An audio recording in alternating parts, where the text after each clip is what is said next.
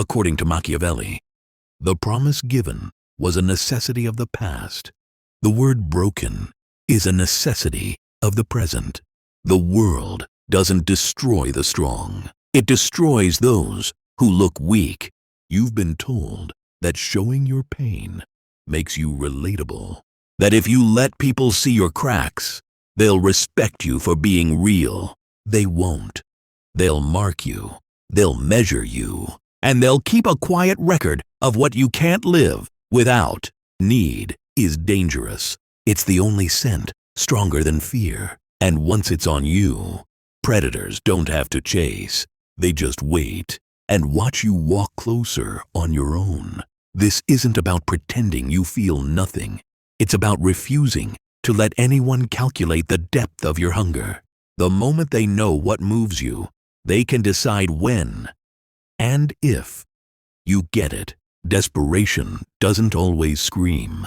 Sometimes it's a glance that lingers too long, a message answered too fast, a laugh too eager, and every small leak tells them they have you. You think honesty and openness make you safe. They don't. They make you readable, predictable, and predictable people are easy to break. The elite never feed you the full truth. They show only fragments, carefully placed, so you see what they want you to see. Nothing more. Their strength isn't in being untouchable. It's in controlling the story. You think you know. That's the difference between prey and predator. The prey reveals. The predator conceals. And in the game you're about to hear, survival belongs to the one who can want without showing it. First desperate behavior is neediness is a silent broadcast. According to Machiavelli, men are driven by two principal impulses, either by love or by fear. Neediness doesn't always shout. It leaks quietly, patiently, until the whole room can smell it. You think you've hidden it well. You keep your voice steady. You choose your words carefully. You even rehearse the idea of playing it cool. But the truth is, people rarely need your words to read you. They see it in the timing, in the micro movements you don't realize you're making. The way you answer a message, the second it appears. The way you fill silences too quickly. The way you nod too often when the other person speaks.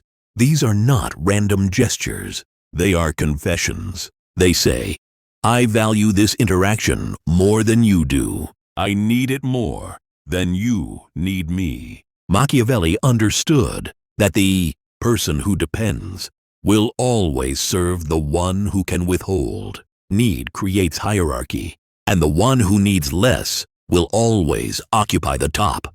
In the modern world, this hierarchy forms faster than you think. One conversation, one exchange, one moment of visible urgency, and the other person already knows the game they're playing. From then on, you're not meeting as equals. You're orbiting them. Neediness is not just wanting something. Everyone wants something. It's the exposure of that want before you have leverage that makes it fatal. Once your desire is visible, it can be rationed, controlled, manipulated. And that is how you end up negotiating from a position of weakness before you've even realized you're in a negotiation. Think of how this plays out in small moments. You check your phone as soon as they reply, even if you were in the middle of something else. They now know you are rearranging your life for them. You extend a conversation past its natural ending, forcing connection instead of letting it breathe. They now know you fear the silence more than they do. You add extra justification after your point has already been understood. They now know you're seeking their validation, not simply delivering information. These are not harmless habits. They are tiny, precise giveaways that you cannot afford to let slip. Every single one teaches the other person how to manage you, how to keep you in the exact position they want. And once you train someone to expect your urgency, they will test it. They will delay responses just to see if you wait. They will give less to see how much more you'll give in return. They will withhold and watch you move closer. The disciplined never let that dynamic form. They understand that silence is not emptiness. It's dominance. They know that time is not something to be filled with instant replies and over-explanations. It's a weapon to be used against impatience. So they wait, not because they are playing games, but because they refuse to be measured. They create the impression that they have somewhere more important to be, even if they don't. They speak less, not because they have nothing to say, but because they know every extra word is a thread that can be pulled. This is why the most controlled people seem cold at first glance. They're not heartless. They're not emotionless. They're simply unwilling to let anyone decide the pace at which they move. They refuse to let anyone's clock dictate theirs. If you make others feel that your clock is running out, you will spend your life reacting to their terms. But if you make them feel that their clock is running out, they will bend to yours. This reversal changes everything. The person who believes you can wait longer, then they will eventually start to move toward you. Not because you asked, but because the silence has made them restless. Understand this. People only value what they can't fully control. The moment they believe they have your attention on demand, it becomes cheap. When they think they have to earn it, it becomes priceless. Neediness is a trade. You give up control in exchange for the hope of approval, validation, or connection. The disciplined reject that trade. They know approval given freely is worth nothing. They know validation that comes without effort is just noise. So they make people work for it. They ration it. They control when and how it is given. And because it is rare, it becomes powerful. This is not arrogance. It's discipline. The refusal to give others the tools to manage you. The refusal to put your own worth in someone else's hands. Remember this. The most dangerous kind of need is not the one you feel. It's the one they can see. And once they see it, they own it. Control what they see, and you control what they can take. Second desperate behavior is overjustifying your actions. According to Machiavelli, the promise given was a necessity of the past. The word broken is a necessity of the present. When you explain too much, you give something away, not information, permission. You think you're being clear, respectful, thoughtful, but in reality, you're asking for approval you don't need. You're signaling that you care what they think, that you're willing to defend yourself before you've even been accused. Overjustification is not about the number of words you use. It's about the posture beneath them. It says, I'm afraid you'll misunderstand me. I'm afraid you'll disapprove. And I need to stop that before it happens. You don't see it in the moment. You tell yourself it's harmless to add a few extra sentences, a disclaimer, a little self-deprecating joke to soften the edge of your decision. But those additions do something you didn't intend. They open a door. The door is small at first, but through it walks the idea that your decisions are negotiable, that your choices require consent, that someone else has the authority to approve or deny what you've already chosen. Machiavelli understood this perfectly. Power is not in convincing people you are right. Power is in making them believe your actions are inevitable. A fact, a move already in motion, something that doesn't need debate, because debate won't change the outcome. The moment you over-explain, You turn inevitability into negotiation. You make what was certain optional. And once that shift happens, the balance of power moves, not in your favor. In leadership, this is obvious.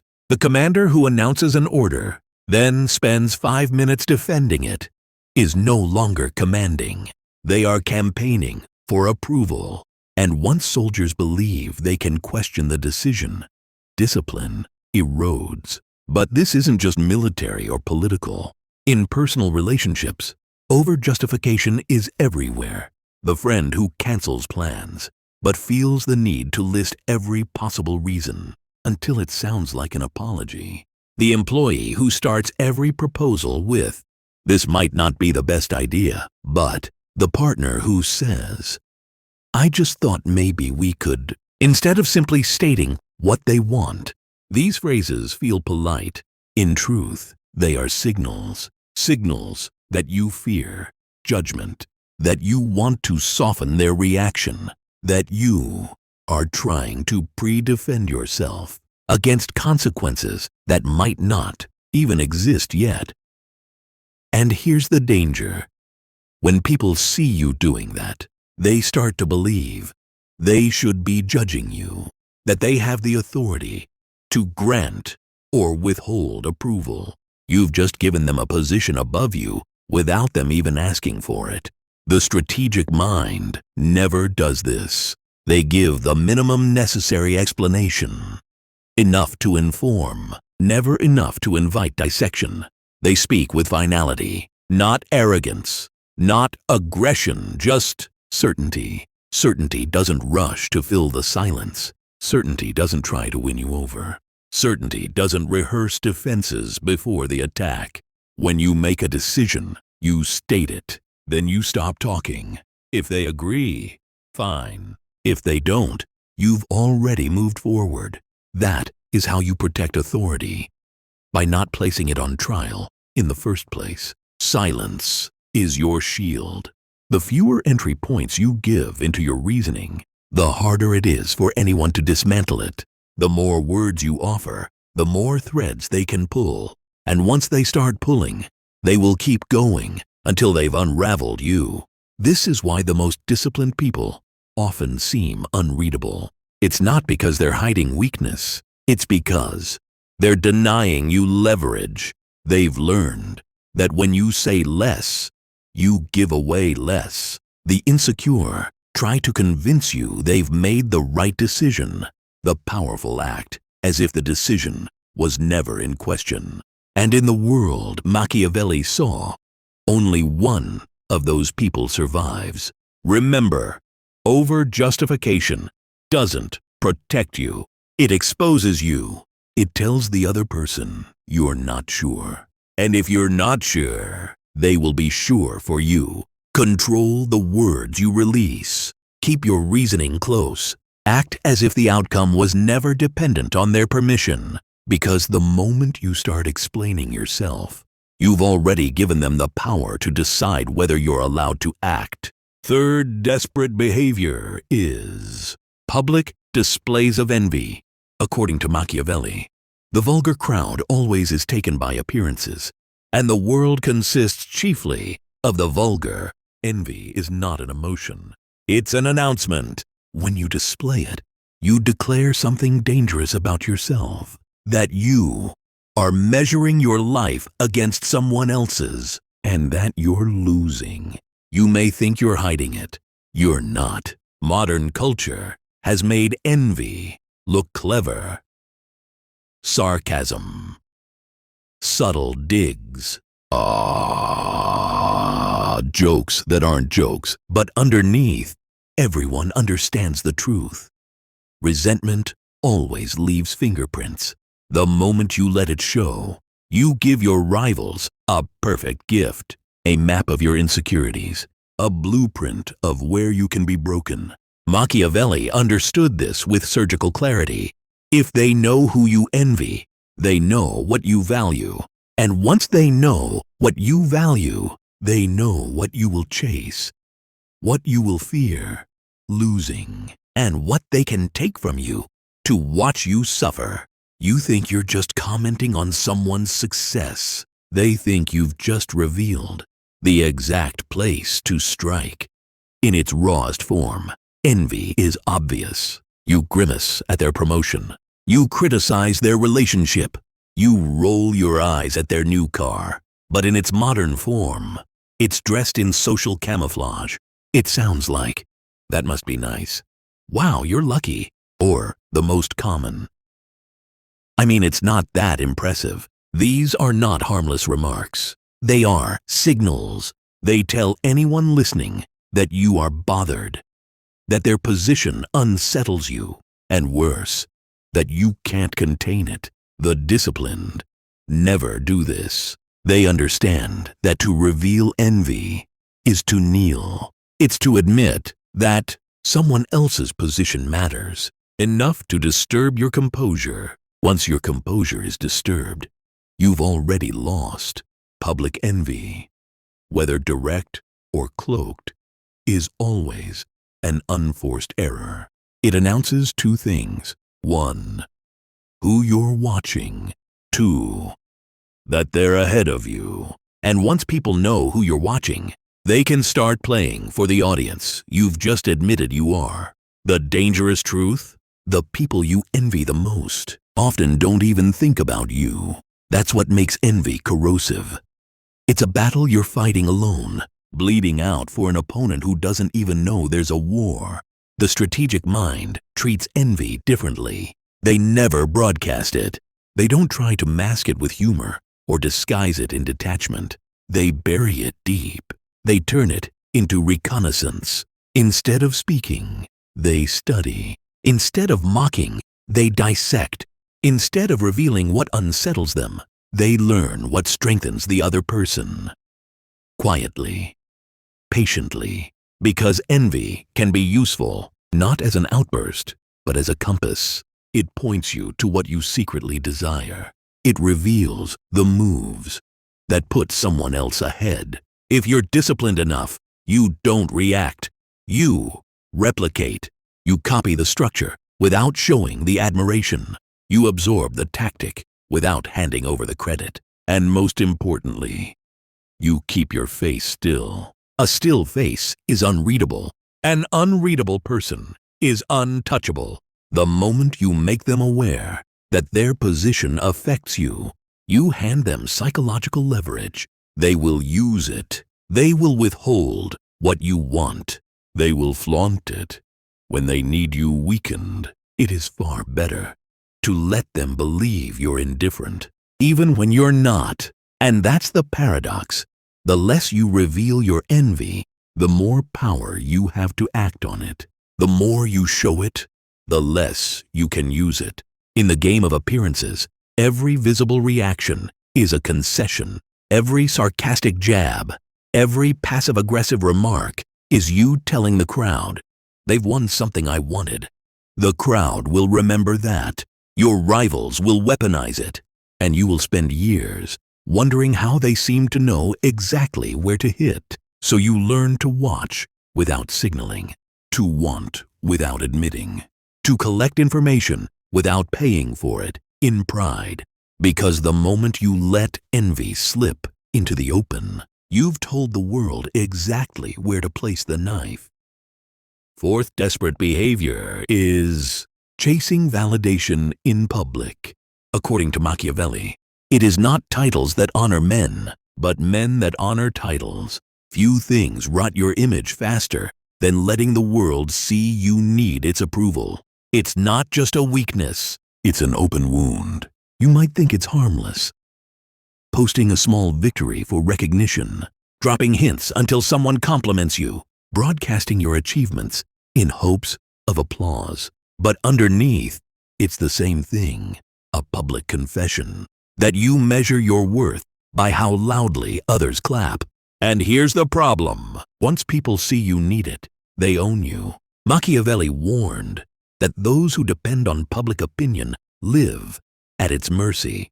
When you let people see that their praise fuels you, you've already surrendered control. You've given them the ability to raise you up or crush you in silence. The modern world makes this mistake louder than ever. Likes, comments, shares, public praise turned into a kind of digital currency. And every time you chase it, you signal two things: that you're for sale and that your price is cheap. You think you're building influence. You're not. You're teaching people how to control you. Because here's the truth. When others know you crave validation, they can weaponize it. They give it to you when they want compliance. They withhold it when they want you desperate. They drip feed it until you bend. This is why the elite play a different game. They understand that recognition should be earned in whispers, not demands. They don't beg for applause. They let it find them. The less you seem to need praise, the more it flows toward you. Not because people are kind, but because they're curious. When you appear immune to both praise and insult, you become unpredictable, and unpredictability creates fascination. In contrast, chasing validation makes you painfully predictable. People know exactly what bait to use. They know exactly which levers to pull. And the moment you become predictable, you become exploitable. Look closely at those who seem untouchable. They're not chasing compliments in public. They're not performing for approval. They don't give their rivals the satisfaction of seeing what lands or what hurts. That's the point. Because if people can't see what feeds you, they can't starve you. The hunger for validation always starts small. A subtle mention of your win, a glance to check if anyone noticed. But soon, it becomes a pattern. And patterns can be read. Once they've read you, they can play you. This is the quiet trap of public praise seeking. It turns you into a performer. Every move becomes about audience reaction. You stop doing what's effective and start doing what will be applauded. It's no longer strategy. It's theater. And theater has no power. The powerful don't announce every victory. They don't ask for permission to feel accomplished. They operate in silence, letting their influence grow without broadcasting the need for recognition. By the time the world notices, it's too late. Their position is already secured. There's another reason to avoid public validation chasing. It dilutes the weight of your achievements. If you shout about every small win, the big ones don't seem special. The applause you get now comes from politeness, not respect. And respect is currency you can't afford to lose. So you learn to keep some victories private. You let them build, layer by layer, until they can't be ignored. And when recognition comes, it comes without you asking. That's when it's real. That's when it's valuable.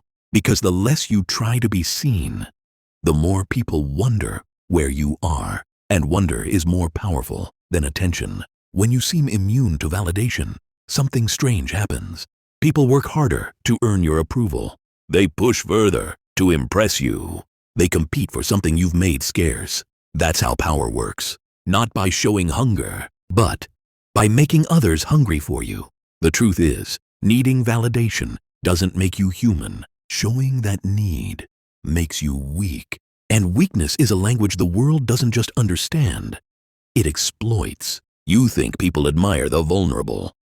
Some do, but the ones who matter, the ones who play for real stakes, they admire control. They admire restraint. They admire the kind of strength that never asks to be recognized, but is impossible to ignore. So you stop giving them the satisfaction.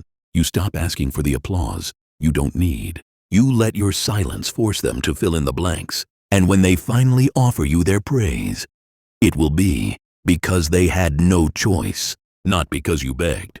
In the end, public validation chasing is just another way of handing someone the strings to your mind. And if they're holding the strings, they're the ones pulling you. Fifth desperate behavior is over-apologizing. According to Machiavelli, it is better to be feared than loved if you cannot be both. You think apologizing makes you polite, safe, likable. It doesn't. It makes you small. Every unnecessary sorry is an announcement that you're afraid of disapproval. that you're seeking permission to exist. And once they see that, they'll use it. An apology, when rare, can be powerful. It can diffuse tension, buy goodwill, reset the balance in your favor. But when you give them away for nothing, you're not smoothing the waters. You're lowering yourself into them, hoping you won't drown. The moment your apologies become habit, they stop being seen as respect and start being seen as weakness. You train people to expect your submission before there's even a fight. Machiavelli would call it a dangerous position. The supplicant, the one who waits for tolerance from above, the one who bends first, the one who signals they will bend again. And when people know you'll bend, they stop adjusting to you. They make you adjust to them. At work, over-apologizing corrodes authority. You can't project competence while sounding guilty for taking up space. You can't lead when you're asking to be forgiven for existing. In your personal life, it's worse because it turns relationships into a one-way negotiation. They demand, you adapt. They push, you yield. And after a while, they don't even notice you're doing it. They just expect it. You start apologizing for things you didn't even do, for someone else's mood, for not answering fast enough, for being busy, for saying no. That's not kindness. That's surrender. The strategic mind understands something you don't. An apology is a tool, not a reflex. They don't give it to erase discomfort. They use discomfort to their advantage. They let silence stretch, tension build, until others start shifting in their seats. Sometimes, the absence of an apology forces the other side to question themselves, to wonder if they've misread you, to recalibrate their position entirely. But when you rush to say sorry, you do their work for them. You relieve their discomfort, protect their feelings, and confirm their control. All at your own expense. It's not about never apologizing. It's about when and why. A single well-placed apology can reset a negotiation, end a grudge, or close a deal. It can signal control because it's delivered deliberately, like a weapon, drawn only when the target is in range. Over-apologizing is the opposite. It's spraying bullets in every direction, hoping someone will feel safer.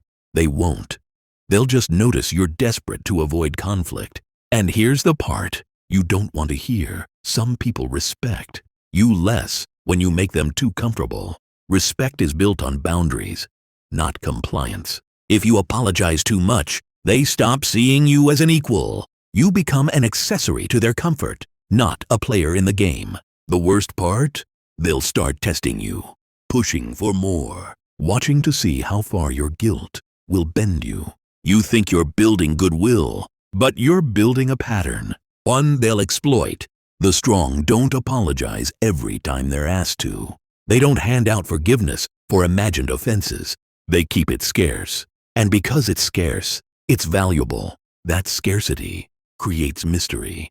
People wonder where they stand with you, and that uncertainty makes them cautious. It makes them measure their moves. When you over-apologize, there's no mystery. Everyone knows exactly where they stand. Above you, you want to stop bleeding authority?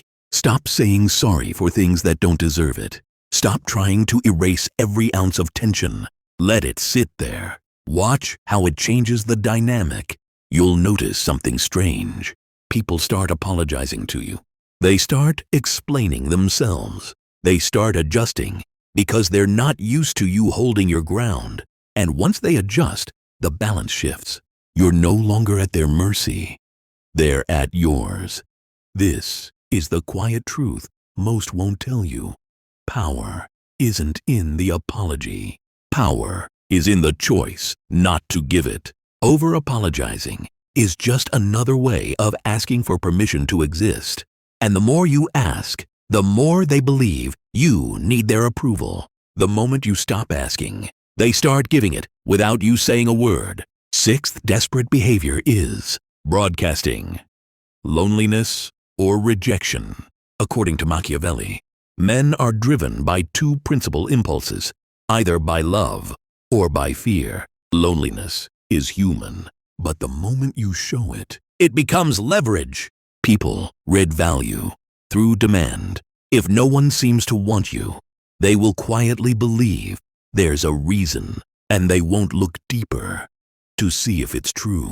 When you announce rejection, you don't just tell the world you were excluded. You tell them you accept that position. You confirm your place at the edge. They won't pity you. They'll avoid you, not out of cruelty, but out of instinct. No one wants to stand too close to the person the crowd ignores. Modern desperation doesn't always scream. Sometimes it's subtle.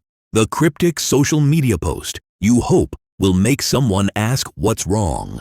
The self-deprecating joke about having no plans. The oversharing of every moment someone turned you down. You call it honesty. They call it low demand. Machiavelli understood that perception becomes reality.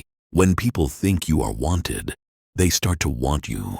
When they think you are ignored, you fade. Influence follows the scent of scarcity, and scarcity only works when it's intentional. The elite never reveal when they are left out. They never announce that no one called. If they are alone on a Friday night, it looks like strategy. If they've been rejected, it looks like irrelevance to them, not you. This forces people to fill in the blanks. They wonder who you're with. They wonder what they don't know. They wonder if they've underestimated you. You can be starving for connection, but if you look like you chose the hunger, they will respect it. If you look like you were forced into it, they will dismiss you. It's not about lying. It's about refusing to hand over the narrative. Every time you broadcast your loneliness, you hand someone else the power to define your worth. They will decide whether you are to be pitied, ignored, or used. And none of those roles lead to respect. The strong treat rejection like it never happened. They let silence swallow the moment.